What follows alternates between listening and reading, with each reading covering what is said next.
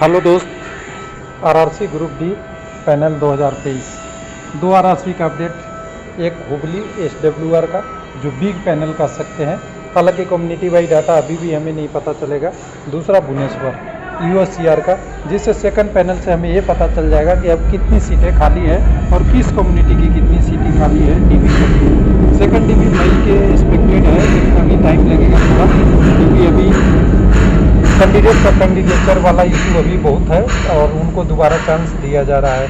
हुबली के second panel कह सकते हैं एक तरीके का अच्छा है, लेकिन हमारी डिजायर रिपोर्ट इससे नहीं मिल पाएगी क्योंकि हमें कम्युनिटी वाइड डाटा यहाँ पे नहीं दिया हुआ है।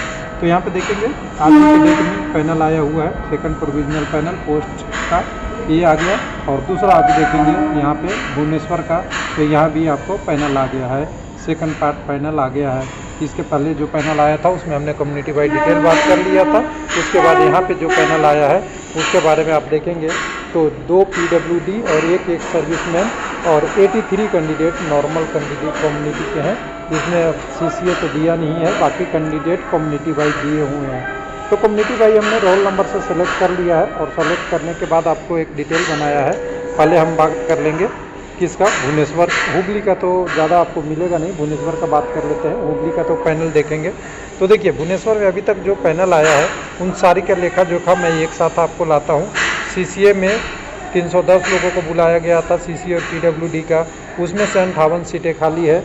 10 सीटें यूआर का, 12 सीटें आपका ऐसे ऐसे करके ये आपका 30 ओबीसी का, 2 आपका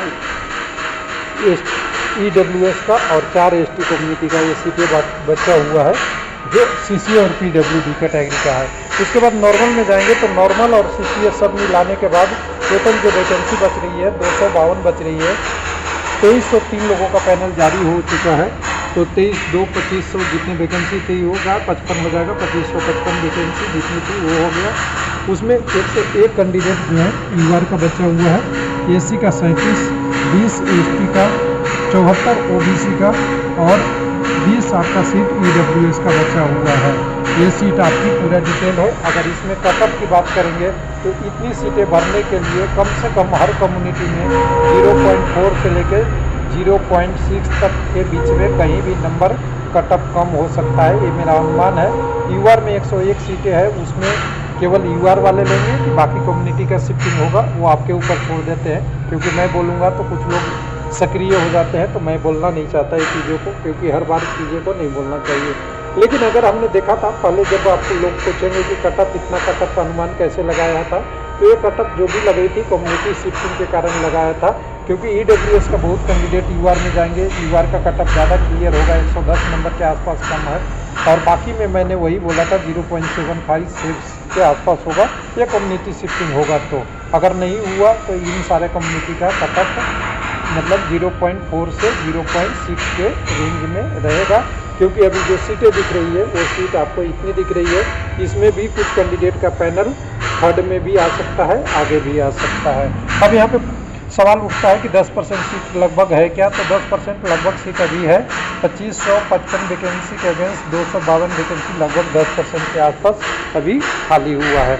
उसके बाद हुबली की बात करेंगे तो हुबली में टोटल वैकेंसी 7167 था।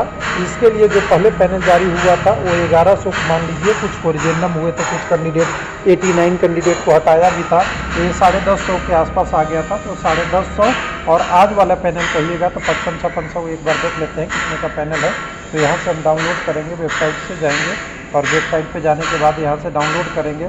तो आज के पैनल में देखेंगे तो टोटल जो कैंडिडेटों का नाम है 5152 का और पहले 1050 का, लगभग ये देख लीजिए। तो यहाँ पे 2 हो जाता है, 5 5 10 हो जाएगा, और यहाँ पे 10 और यहाँ पे 1 हो जाएगा, और यहाँ से 6 हो जाएगा, यानी 6102 लोगों का पैनल आया है।